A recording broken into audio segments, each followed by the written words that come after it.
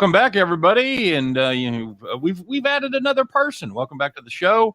This is our NASCAR preview, looking at the Wise Power 400.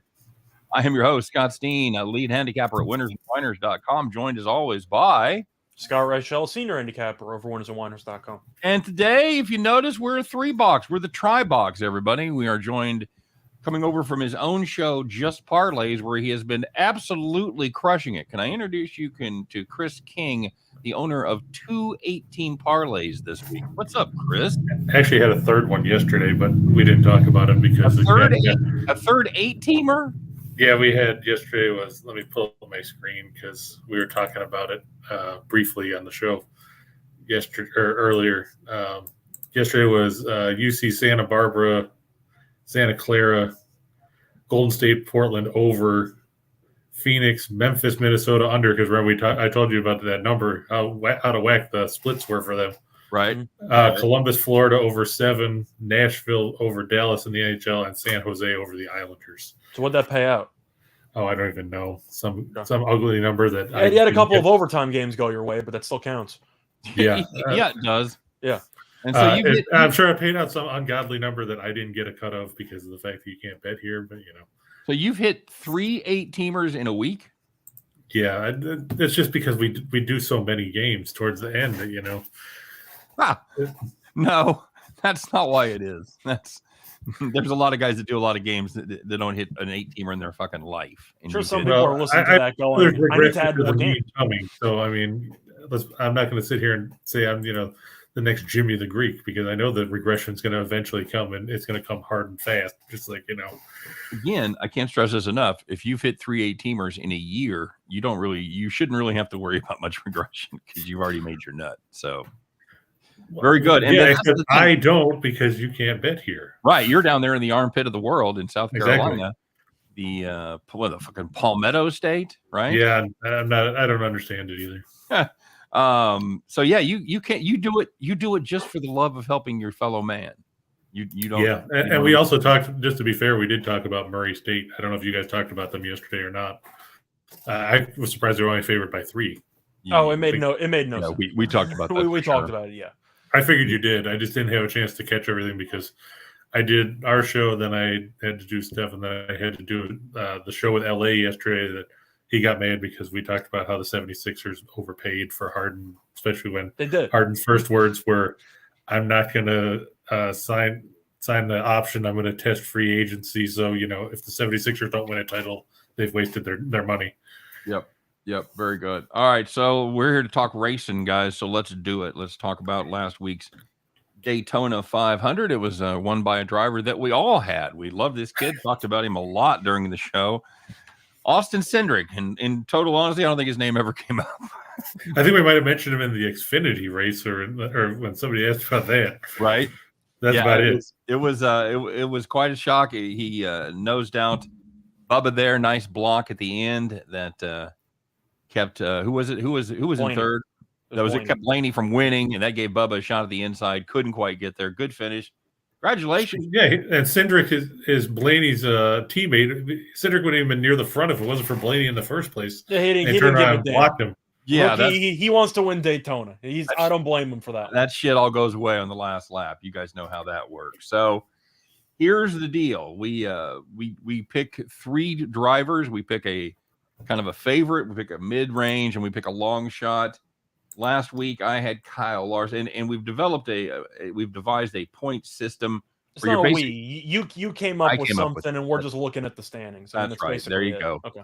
I came up with a point system and basically reverse points for wherever you finish. So if you finish in depending on how many racers are, let's say there's 40. If you finish in first, you get 40 points. If you finish in 40th, you get 1 point, et cetera, et cetera.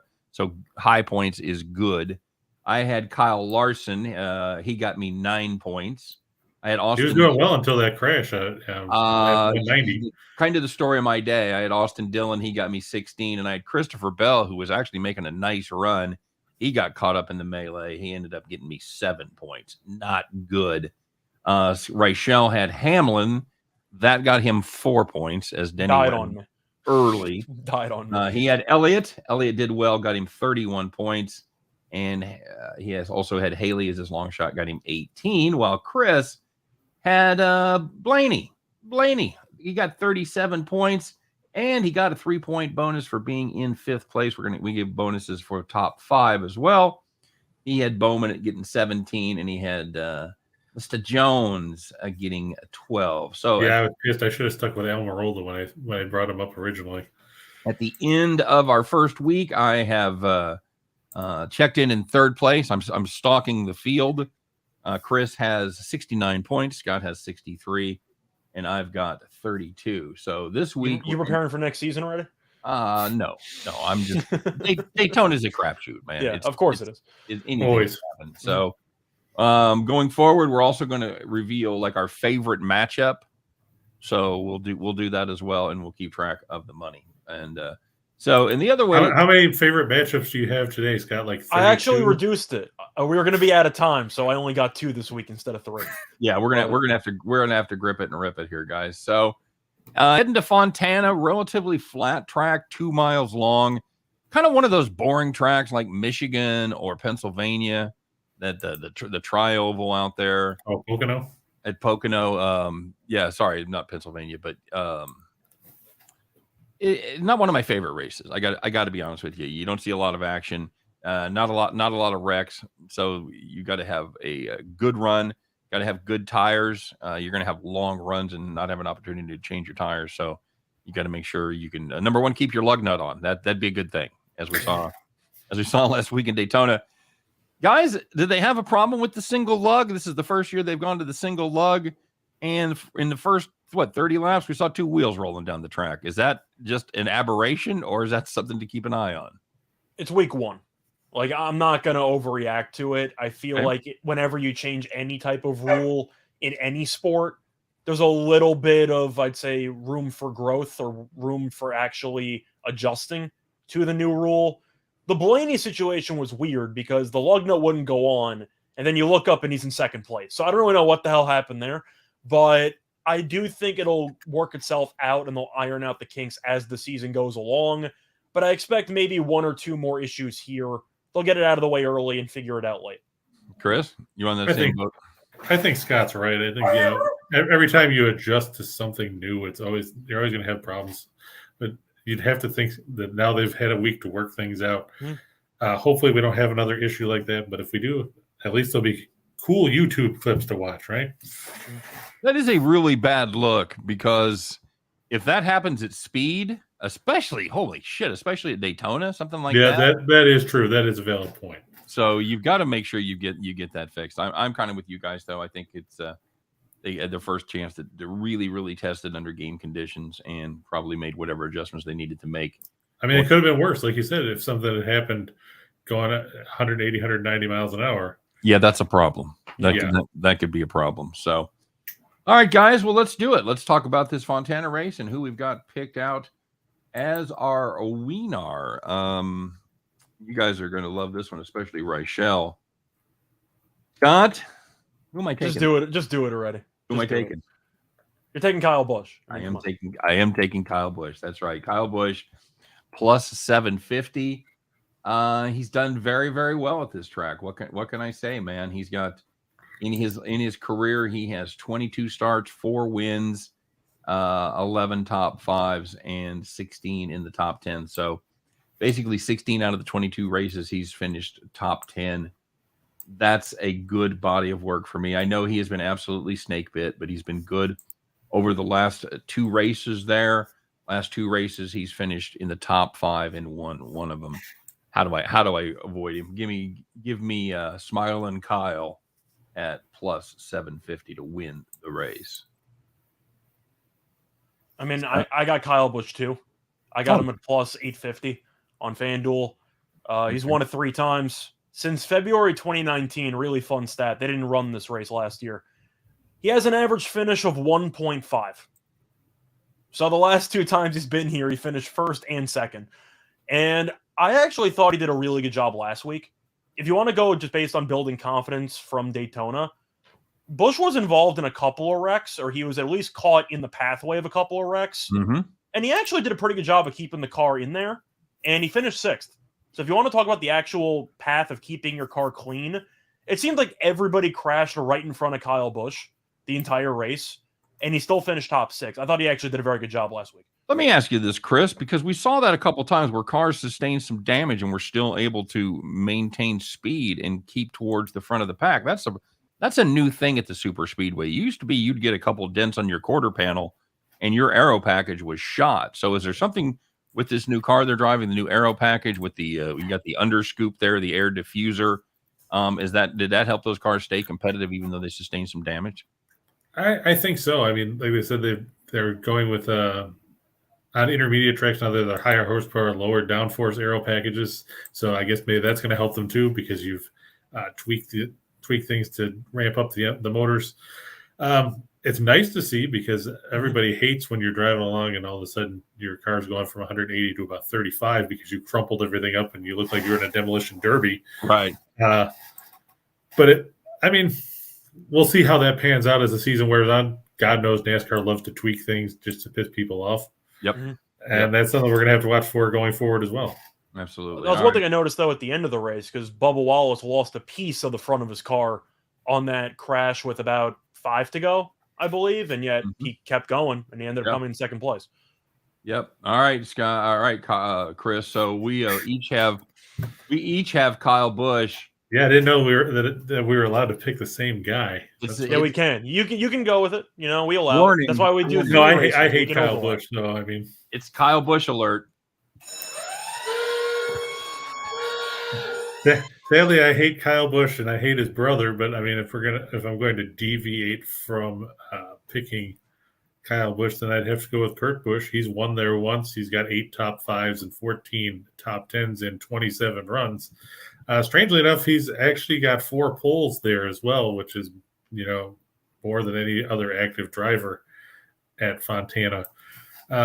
So as much as I hate to say it, I'm going to have to lean towards Kurt Busch. I don't know what he's going at. I was going to say in the favorite section, you're taking Kurt Busch. No, he's going to be a mid pick. So. Okay, he's definitely a mid pick. Yeah, he's going to be my mid pick then. I didn't realize how far down the list he was. Yeah, I got him at plus 2,000. What do you got him at, Scott? Yeah, around there. The way I see it is for DraftKings has him at plus 25 now that I see that. Yeah, for favorites, I really see 3 options. I mean, you got either Kyle Busch, Larson at about 4 to 1, or you can maybe make an Elliott case at like 9 to 1. DraftKings has Hamlin at 850. Okay, either way. So, you have any of those that you like? I'm taking a look here real quick to see what Hamlin's done. He's been great, no wins. He's had a couple of top 10s recently, though. Yeah, but after he burned you last week, I have to wonder: do I want to deal with that? I don't like the fact that it was a fluke. I mean, Burton's car flipped upside down, and Hamlin got caught in the wreckage. Like I don't think he screwed me. It was just a bad spot. Well, yeah, but he didn't do you any favors either. Yeah, that's true too. So I'll lean towards Elliott. He's got 3 top 10s in 5 runs, and he's got a top 5 there. I just don't want to jump on Busch because that way, there'll at least be some deviation when it comes to that. Because it's kind of boring if everybody picks the same thing, isn't it? We already called you a man of the people before with the 8-pick parlays. You don't have to oversell at this point. It's fine. What's the what's Chase Elliott's odds? He's at plus 800 on DraftKings. Okay. Thomas Bowe checking in says Martin Truex Jr. He's at plus 1,000 on DraftKings. Yeah. Don't hate it. I don't hate it. He's got a top 10, his top 20 his last couple of races. So he's a guy. He's won once there in 20 races at Fontana with 2 top 5s and 7 top 10s. Mm. So yeah, it's not a bad one. I'm okay with that. Yeah, I'm and you're gonna get a good price on him. So yeah, I'm okay. You're getting 8 to 1 on Truex. I think that's solid.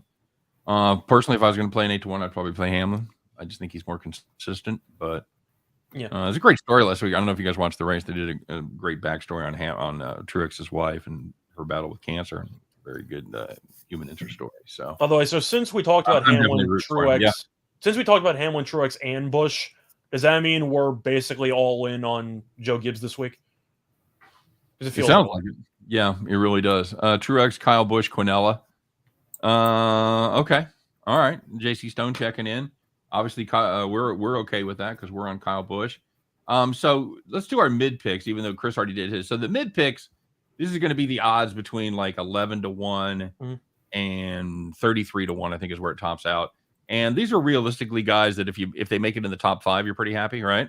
Yeah, pretty much. A mid-range pick. So I'm going to put top 5 odds on there as well. Let's see. I went last time. Scott, go ahead and go. So looking at the mid-range, it's a guy I faded a bunch of last week, Joey Logano. And he's around 15-1. Do I like him as a person? Not really, but on the track, he's pretty good.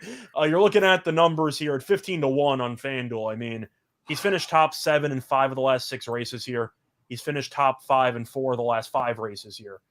The man, even if he's not going to win, he should be in the running with about 10 laps to go. That's good enough for me at 15-1. I'll take Logano. Very good. Chris? You've got Kurt Busch plus 2,500. And by the way, Logano's odds plus 140 for top 5. Kurt Busch top 5 plus 350. So good price there for sure. And Scott, this can be a boring show. That's who I have as well. And for all the reasons that you said, he's had a lot of success there. He's had a lot of success lately. What, are you guys sharing the same brain here or something? We actually had a couple of shows last 2 years ago when we did it, where we actually overlapped on a couple and we just dealt with it. Overlapped. NASCAR joke. Get it? Yeah, that's what I was going for. So there you go. And I've got Logano as well. I mean, we both don't like Logano as an actual human being, but he's good on the track, so we're gonna take it. He's okay. He's good at tracks where it's easy to stay out of trouble. And that's the thing about Logano. Well, come on, you can say that about Recky Stenhouse too, but I mean, I don't see anybody running out chasing him down. Recky Spinhouse? Yeah. Did you hear Tony Stewart talking about him? Yeah. He said if you didn't see it, he said Recky Stenhouse was on my team. Kid can race, but man, he crashes a lot. He crashed cars that hadn't been built yet. Pretty accurate too. He was actually doing pretty well though at Daytona last week, and then he crashed, of course. But he absolutely was. It's inevitable. You know that sooner or later it's going to happen. It's just it's like when you're watching a movie. It's like when's the peak going to come? That's the same thing with Stenhouse. Sooner or later he's going to crash. It's just trying to bet on when it is. It's Chekhov's gun. You don't show Recky Spinhouse unless there's going to be a wreck later. Anytime you zero in on Ricky, you're like, okay, well, it's coming. You know it. And yeah, there it is. 3 locks for tomorrow. Well, over under a number of drivers Kozlowski wrecks. 3.5. I'll take the under. I'm gonna go with the under just because of the track alone. Yep. But I'll put the number of 1.5. 3 locks for tomorrow.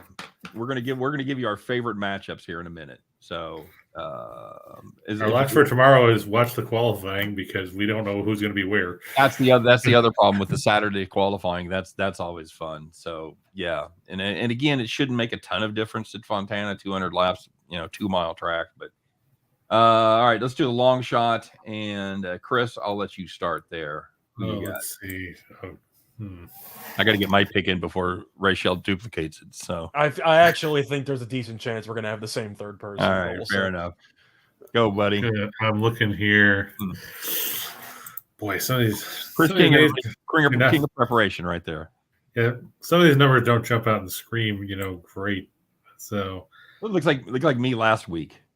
I have a name in my head that I feel like you're going to guess for no apparent reason. I have Tyler Reddick in my head for some reason, just as your long shot. I don't know why. Tyler Reddick has run well here. Yeah, that's what I'm saying. That's why I feel like he might be. Tyler Reddick has run once there. Yeah, but how'd he do? He finished 11th. Okay, there you go. It's ready to go. But no, I'm going to. The better odds than Kurt Busch. Well, who's your favorite? I like Kurt Busch. My God, we got a menagerie going on here. Oh God, the dogs are barking, the cats are meowing. You got a gerbil that needs water or anything? No, good on that front. I'm gonna go the route that I didn't go last week when I took Eric Jones. I'm gonna try and see if he can show up this week. He's raced here 4 times and finished the top 10 twice. I'll stick with Jones. He's at plus 8 billion. He's at plus 10,000, plus 3,500 for a top 5. Okay. He's at plus 1,500 for a top 10. But I can't argue with 2 top 10 finishes in 4 runs. Those numbers again. What is he? 10,000? Yeah. Well, that's not good. It's a nice payoff. He hits. getting 100 to 1 on your money. And what'd you say? He's plus 3,500 in the top 5 and plus 1,500 in the top 10, or plus 3,500 in the top 3, plus 15 in the top 5. What is he for top 10? Because your long shots, you should be top 10. Top 10, he's going at where is he? Plus 800 or so. I'm checking here at the list. Oh, there's a bunch of scrubs. Where is he? Eric Jones. He's at plus 280. Okay, top 10. All right, very good. You guys want to get involved with Akron and Ohio? Ooh, that's gonna be it. I don't know what's going on with Akron. They've kind of stumbled of late. Is Ohio at home? I think so. Give me Ohio. I have to assume after. Yeah, Ohio's at home. Yep. After the Kent State debacle, I hope for Ohio's sake that they're just still pissed off about it and they just bury this Akron team. But yeah, they beat Ohio, or they beat Akron by 6 in Akron earlier this year. So I think it's Ohio or pass for me. Yep, give me the Bobs. Yeah, all right, I agree. Well, Scott, drum roll, please, because for my long shot, I'm going to take Eric Almirola. Was that the name? No, it was not. So we actually veered. Okay, very good. Yeah, I was contemplating Almirola as well, but I was looking at his average finish there is 23.2. But he's done better lately. He's got 2 top 10s in his last 2 stars. True. So I will. I'll get behind Almirola to keep it close. And let's see the price on him. I've got him listed, and you guys probably have a better price. I've got him listed at plus 4,000 to win, plus 280 for top 10. DraftKings has him at plus 250 for top 10. So, okay. And he's at plus 7,000. I see 80 to 1 on FanDuel. Beautiful, double that money up. Quick reminder, it's our weekly reminder. Check your odds. Use different sources because there can be a significant amount of difference. Like you can double your money right there. Delaware almost ruined my night, says Groovy Caps, but we came back strong with late night best on the Sharks in Vancouver. Very good. Joey Logano, we got him, buddy. We got Reichel and I both have Logano, even though I was against him last week, but it's all track dependent. Yep. Delaware disappointed me yesterday. Blue Hands, not good. That was not a good performance by them. Reichel, what do you got for your last pick for your long shot? So for my long shot, somebody mentioned before on the over-under cars wrecked, but that means his car's not wrecking. He's wrecking other people. I'm taking Keselowski at around 22 to 1 on FanDuel. He's finished top 10 here in each of the last 6 races, and he's finished. When is top 22 5. to 1 considered a long shot? We always did long shots being 20 and above or higher. That's how we always. No, Lestine was just saying that 3,300 or 33 to 1 was mid range. Over 33. It'll vary week to week. You just kind of got to group them together. We always did 20 to 1 or higher. So now things are different. Just when you think you have all the answers, I change the questions. Oh God, that's right. I'll do anything to win. I wasn't really prepared to think of somebody else. Yeah, I don't really have any information on the other guys, but screw it, Bubba Wallace plus 10,000. All right, very good. I looked at Bubba Wallace, but I didn't like his numbers here either. Can I make my case for Keselowski anyway, just for the sake of it, because I have research on it? Just so that way we can say that pay no attention to all this rambling because it has nothing to do with what we were talking about for the show. Well, if you want to bet Keselowski, I do think 22 to 1 sounds ridiculous. I mean, when you have top 10s in each of the last 6 and top 5 in 5 of the last 6, you should be closer. Yeah, he's at 25 to 1 on DraftKings. Can you explain that? Like, why is he so high up? That doesn't really make any sense. I guess because, people on this, you have to remember, like you said, there was no race there last year. And they want to probably see how he's going to adjust with the new stuff on this track. I agree. It's probably an overinflated price. But, unless they think somebody's going to crash him after last week. Burton. Yeah. I mean, there's always there's always the bounty possibility, Yeah. Yep. Very good. And what's Bubba Wallace for top 10? It was 100 to 1. For top 10. Oh, for top 10. Sorry. Question first. Sorry. You made me call an audible. So he's plus 280 right there with Ricky Stenhouse. Okay. Very good. I see 3 to 1 on FanDuel. Everybody's got plus 280. Oh, you got plus 300. Okay, good. Scott, you want to talk about your recent stretches, your plays of the day? Somebody brought. Oh, yeah, they haven't been good. I can't say what's wrong with it. I mean, you pick games and the teams you back don't show up for the second half. Like you take an over, you beat a 6-point line move, and they score 43 points in the first quarter. Like, I don't know. Just things happen. That's why they play the games. I can't say that I'm changing anything in my approach. It's just things haven't worked out. I was watching that Boise State, San Diego State the other night, and I was like watching at the end. And I'm like, oh, the missed free throw game.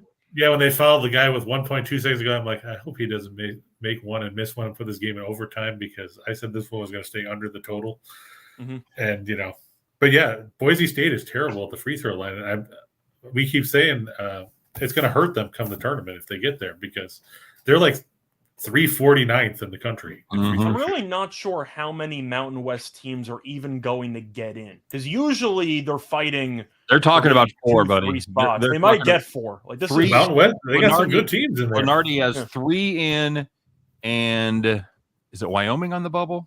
Wyoming has to be in at this point. I think it's San Diego State on the bubble. It is San Diego State on the bubble. So there you go. And I mean, then you got UNLV's played good basketball too. Fresno State's played well. I mean, they haven't played well in the conference, but they're still 17 and 10. I'm assuming Colorado State right now is a relative shoo-in at this point. I just think they're going dancing no matter what. Wyoming's close. I think Boise's the question mark. Save it for the Mountain West preview show, boys. Yeah. We're doing one of those? Groovy Caps wants to know, will Chase Elliott surprise everybody? No. I hope so, because I he will not surprise Chris, because Chris took him. So he would surprise Scott and I, who are each on Kyle Busch. JC Stone says 20-1 is a long shot, according to the. That's what it used to be. So I know. I guess it varies on track now. I don't know. Well, but I mean, just like every other sport, the commission has the right to change the rules. Otherwise, we wouldn't have a universal DH if baseball ever starts this year. God damn. I mean, it's a big weekend for baseball. It's fine. Yeah. Whatever. I mentioned the Keselowski stuff anyway. I'll have a personal play on him. Hopefully we'll do pretty well. You think, when I was talking to my wife, I said, it's a big weekend. There's going to be a big fight, and they're going to be hammering each other. And the Ukraine war. I'm like, oh no, the baseball negotiations. Oh, it's a bloodbath. Yeah, it's going to be interesting to see if they get anything done. I mean, now you're at the point where you're going to lose money. And from what Jim has been saying, most of the guys that are representing the players are represented by Boris. Yeah. So it depends how good the bagels and the coffee are at the meeting. Okay, so let's do this. We're going to go to our. This is something we're going to add. By the way, we're going to keep track, because this is a gambling show, so we'll keep track of how we're doing versus the money as well, and not just the points. And the reason we don't do strict money, because if you had a long shot that comes in and wins the race, you're pretty much skating for just about half a season, probably. Yeah, at least. So we wanted to do points system to kind of let you know who's hot, who's cold. But as you can see by me being in last place, it's not always indicative of how a person actually is doing. So, is that because you're making fun of Rachel's recent picks or something? Oh no, I'm making fun of my terrible week that I had. No, well, I know, but you said it's not an indicator of of how you're doing. No, you gamble long enough, it comes and flows. It does. Oh yeah, definitely. It absolutely does. So, 3 college basketball locks for Saturday. Half the lines aren't even up yet for Saturday. You're telling us the lines have been up like 2 hours. Yeah, I haven't looked at them for Saturday. I have not looked at the lines really. If you're asking, we don't know. If you're telling, put them out there for us, bud. We love to see them, because I know everybody in the comment section always likes to share. So if you got them, give them. If you're waiting, Scott and I'll probably be doing a play tonight on. Probably bet against Easter. I owe people MMA stuff, so I'll probably do an MMA video tonight. Oh, there you go. All right, so we're gonna do one matchup each, and I was gonna go first. Scott, I'll let you go first. All right, so for this one, I only have one matchup that I'm gonna give out. I have 2 that I like, but I'll do one. I got Logano over Byron at -110 on DraftKings. I already mentioned Logano's numbers. He's a consistent top 7 guy here. Byron is the model of consistency here, though. He's raced 3 times. He's finished 15th each time. So he's the master of 15th place. Logano should finish top 10, in my opinion. I'll take Logano at -110.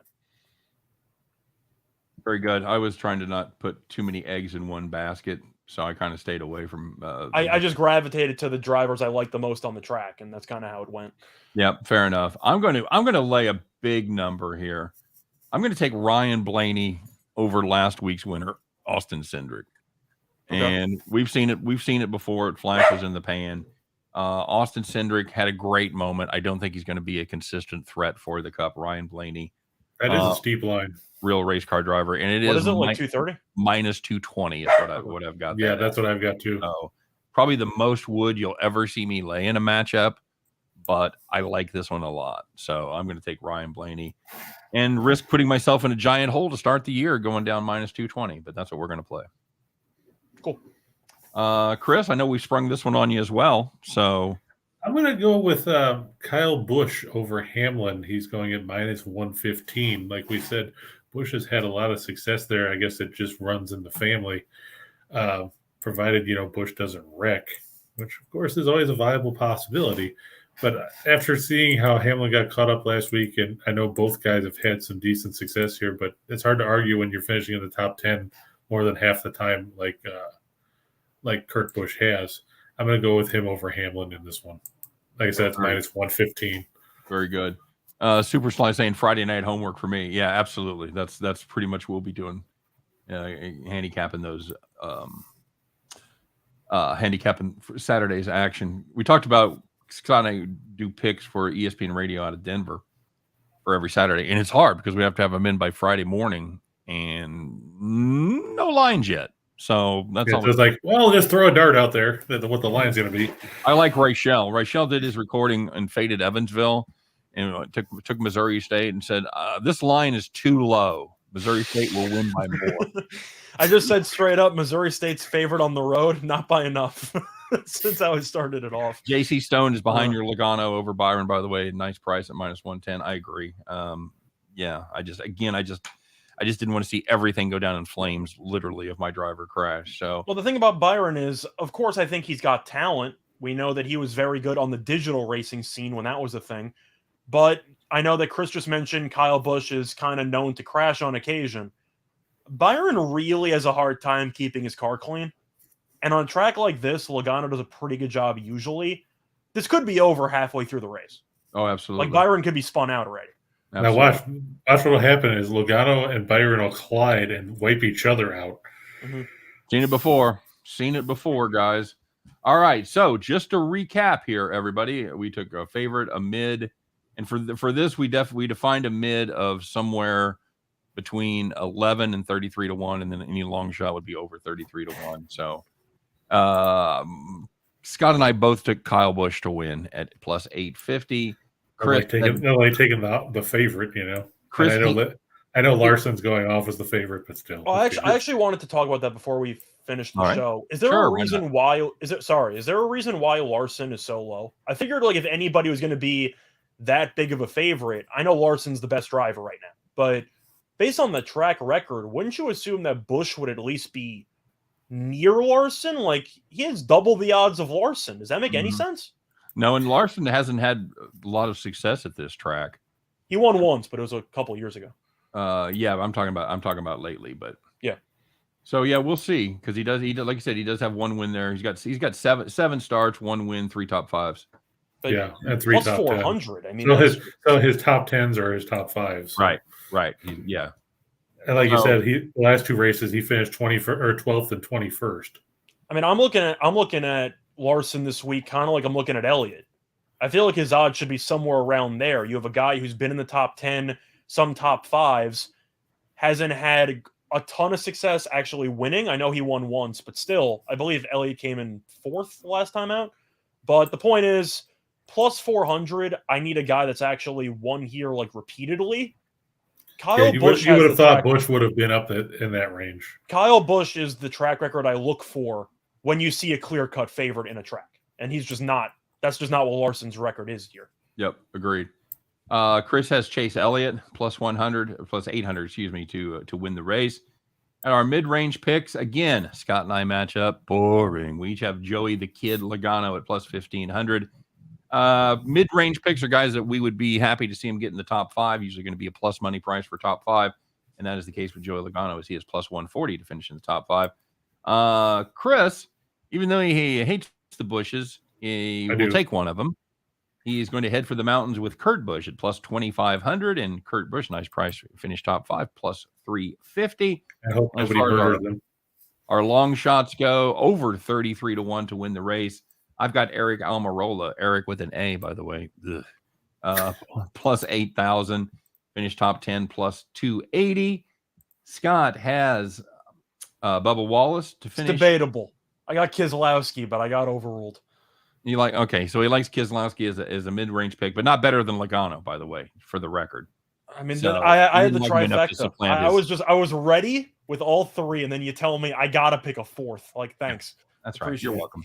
Okay. So he's got Bubba Wallace at 100 to 1 plus 10,000 and plus 300 to finish top 10. While Chris, if it's like you get on Jeopardy and you get a history, if you just answer the Magna Carta every time, sooner or later you're going to be right.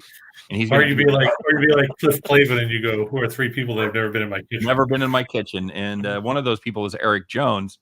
And Chris is going to take Eric Jones also at plus 2,000 big ones. 10,000. And he's going to finish in the top 10 will pay plus 280. So there you go.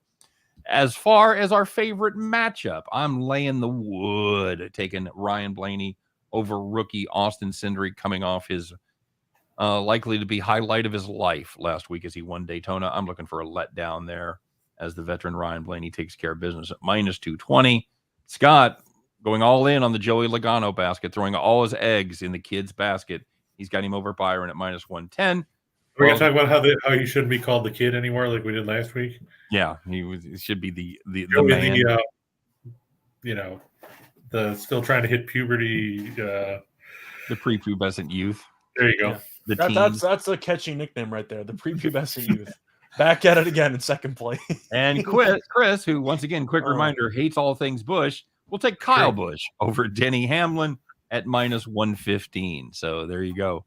Larson blood doped cheese. Okay, and on that note, that's a closer. I know when to get off the stage. That's going to do it for our show. Yeehaw, everybody! Let's have some fun. Enjoy the race, everybody. Thank you guys for watching. We do appreciate it. Of course, don't forget to check out Chris the Parlay King over there with Jim Williams doing their thing every day, Monday through Friday, 1:30 p.m. Eastern, 12:30 Central. Just Parlays. They ought to change the name of that show to Just Winning Fucking Parlays, because that is what they've been doing over there, just crushing it. And Chris, he is stuck in the in South Carolina where you can't bet even illegally, so he's not able to cash in. You could have bought a house. You could have bought a fucking house. Got to hire somebody. Proxy. But no, he just has. But I wouldn't trust my brother to do that. He lives in New York, so he just has the self-satisfaction of knowing he's hit 3 18 parlays in the last week. I'm not lying. Watch the videos. It's on there.